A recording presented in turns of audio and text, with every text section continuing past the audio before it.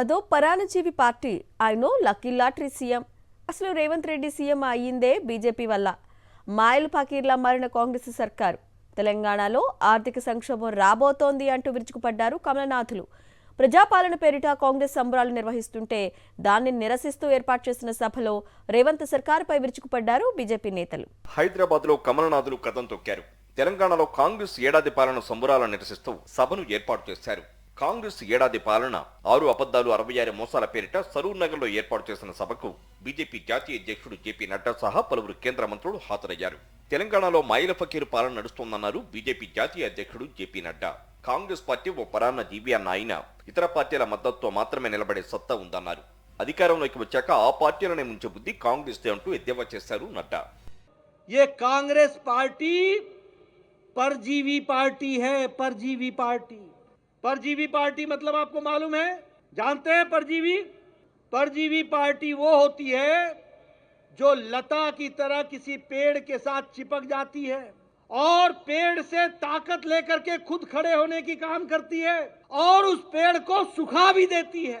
Congress party ऐसी party है जो अपने बूते पर नहीं खड़ी होती, ये दूसरी पार्टियों के बूते पर खड़ी होती है और जिसके सहारे खड़ी होती है उसको भी डुबो देती है। ये कांग्रेस पार्टी का रवैया है. కాంగ్రెస్ ఏడాది పాలనలో గాలి మాటలు తప్ప జరిగిందేమీ లేదన్నారు కేంద్ర మంత్రి కిషన్ రెడ్డి. ఇచ్చిన హామీలను అమలు చేయలేని రేవంత్ సర్కారు కారణంగా రాష్ట్రంలో ఆర్థిక సంక్షోభం వచ్చే ప్రమాదం ఉందన్నారు.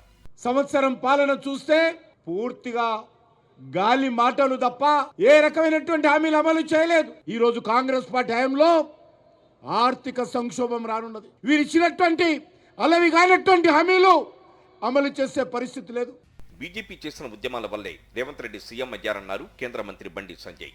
రేవంత్ రెడ్డిపై ఉద్యమాల కేసులు లేవన్న ఆయన ఉన్నది ఒక్క ఓటుకు నోటు కేసే అన్నారు. రేవంత్ రెడ్డి ముఖ్యమంత్రి ఎట్లయినా మన వల్ల అయినా ఎప్పుడన్నా రేవంత్ రెడ్డి ఎప్పుడన్నా రైతు ఉద్యమాలు చేసిండా, విద్యార్థి ఉద్యమాలు చేసిండా, నిరుద్యోగుల కోసం కొట్లాడిండా, రైతుల కోసం కొట్లాడిండా, మహిళల కోసం కొట్లాడిండా, ఎప్పుడైనా సనాతన ధర్మం కోసం కొట్లాడిండా? మరి ఏమన్నా కేసు రేవంత్ రెడ్డి కేసు లేదంటే ఒకటే కేసు ఓటుకు నోటు కేసు అయింది. Revanth Reddy lucky lottery CM అన్నారు మహబూబ్ నగర్ ఎంపీ డీకే అరుణ. ముఖ్యమంత్రి అయ్యే వరకు ఆయనకే తెలియదన్న ఆమె ఇష్టం వచ్చినట్లు మాట్లాడుతున్న రేవంత్ రెడ్డిది నోరేనా అని ప్రశ్నించారు. అసలు ఈ ముఖ్యమంత్రిది అసలు నోరేనా? కనీసం ముఖ్యమంత్రి అయ్యేంత వరకు ఆయనకు ముఖ్యమంత్రి అవుతారంటటువంటి నమ్మకనే. లాటరీ తగిలింది, లక్కీ లాటరీ తగిలి ముఖ్యమంత్రి అయ్యిండు. ఆ లక్కీ లాటరీ తగిలినప్పుడైనా కనీసం అరే పదవి వచ్చింది, నాకు ఈ పదవి కన్నా గౌరవాన్ని, ఆ కుర్చీ కన్నా గౌరవాన్ని పెడతామనేటటువంటి సోయి లేదు. ఢిల్లీలో పోయేమో ఆడపోయి లోపల ఇచ్చి కాగితాలు ఇచ్చి లోపలనేమో అడుక్కొని వస్తారు, బయటకు వచ్చేమో ఇంకో రకంగా మాట్లాడతారు. తెలంగాణ సీఎం రేవంత్ రెడ్డి కాంగ్రెస్ ప్రభుత్వాన్ని టార్గెట్ చేస్తున్న బీజేపీ నేతలు తీవ్ర స్థాయిలో విమర్శలు గుప్పించారు. పనిలో పనిగా అటు బీఆర్ఎస్ నేతలతో పాటు మాజీ సీఎం కేసీఆర్ పై మండిపడ్డారు.